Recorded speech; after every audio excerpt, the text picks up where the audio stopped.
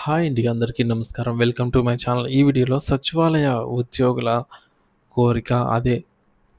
దీనికి సంబంధించిన పూర్తి వివరాలైతే వీడియోలో తెలుసుకుందాము. వీడియో అయితే ఎక్కడ గాని స్కిప్ చేయకుండా ఎండ్ వరకు చూసేయండి. అప్పుడే ఇన్ఫర్మేషన్ పూర్తిగా అర్థమవుతుంది. అలాగే వీడియో చూస్తున్న ప్రతి ఒక్కరు వీడియోకైతే లైక్ చేయండి ఫ్రెండ్స్. ఈ వీడియోని తోటి ఉద్యోగ మిత్రులతో షేర్ చేయండి. కొత్తగా మన ఛానల్‌ని చూస్తున్నవారు ఇంకెవరైనా సబ్స్క్రైబ్ చేసుకున్నట్లయితే వెంటనే మన ఛానల్‌ని సబ్స్క్రైబ్ చేసుకోండి. దీని ద్వారా నేను చేసే లేటెస్ట్ వీడియోస్ అన్నీ మీ వరకు రీచ్ అవుతాయి. ఇక ఆలస్యం చేయకుండా వివరాల్లోకైతే వెళ్ళిపోదాము. ఫ్రెండ్స్ ఇక విషయానికొచ్చినట్లయితే గ్రామ సచివాలయ ఉద్యోగులు గత కొంతకాలంగా తమ డిమాండ్‌లను నెరవేర్చాలని కోరుతూ వివిధ రకాల నిరసన కార్యక్రమాలనైతే చేపడుతూ ఉంటారు.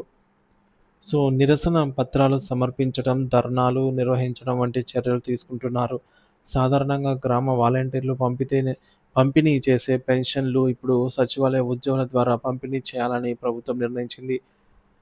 ఈ నిర్ణయంపై సచివాలయ ఉద్యోగులు 2 విభిన్న అభిప్రాయాలు వ్యక్తమవుతున్నాయి. 2 గ్రూపులుగా లేదా యూనియన్‌లుగా చీలిపోయినట్లు అనిపిస్తోంది. ఒక యూనియన్ పెన్షన్ల పంపిణీని నిలిపివేయాలని వాదిస్తుండగా, మరొక యూనియన్ మాత్రం పెన్షన్లు పంపిణీ చేయడానికి సుముఖత వ్యక్తం చేస్తోంది.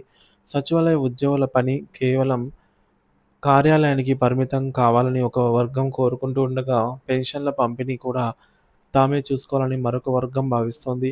ఈ అంతర్గత భేదాభిప్రాయాలు ఎలా ఉన్నప్పటికీ, ప్రస్తుత నిరసనల నేపథ్యంలో పెన్షన్ల పంపిణీని ఆపడం వల్ల ప్రజల్లో వ్యతిరేకత వస్తోందని, ముఖ్యంగా పండుగ సీజన్‌లో ఇది మరింత ప్రతికూల ప్రభావం చూపనుందనైతే ఉద్యోగులు గుర్తించారు.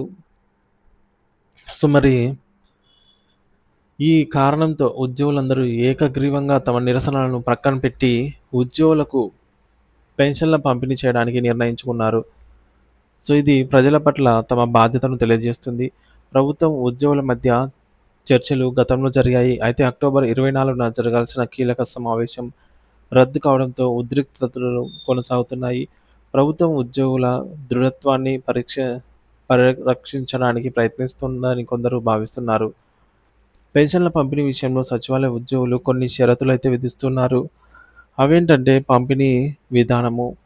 వాలంటీర్ల తరహాలో గ్రామ సచివాలయాల్లోనే పెన్షన్ల పంపిణీ చేయడానికి సిద్ధంగా ఉన్నారు. గడప వద్ద పంపిణీ పరిధి.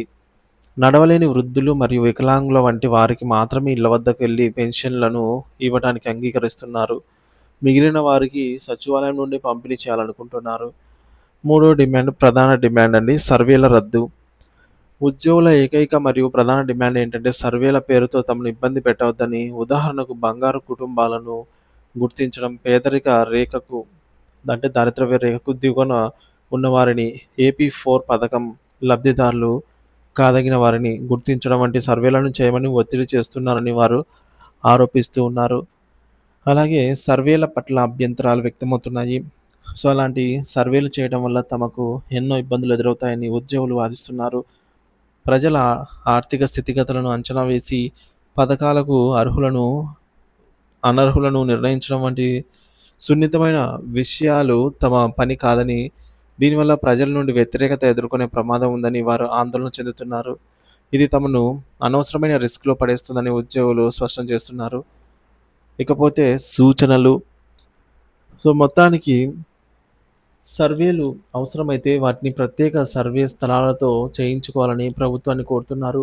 తమకు అప్పగించిన ఇతర ప్రభుత్వ పథకాలు, సేవలను పంపిణీ చేయడానికి, ప్రజలకు అందించడానికి తాము సిద్ధంగా ఉన్నామని పేర్కొంటున్నారు.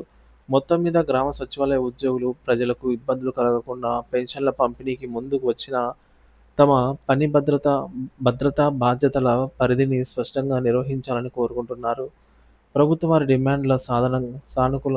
డిమాండ్లను సానుకూలంగా పరిశీలించి వారిపై ద్వేషాన్ని పక్కన పెట్టి బాధ్యతాయుతంగా ఆలోచించి సమస్యను సామరస్యపూర్వకంగా పరిష్కరించడం అవసరం. ఇది ప్రభుత్వ సేవలను ప్రజలకు మరింత సమర్థవంతంగా చేరటానికైతే దోహదపడుతుందని చెప్పవచ్చు.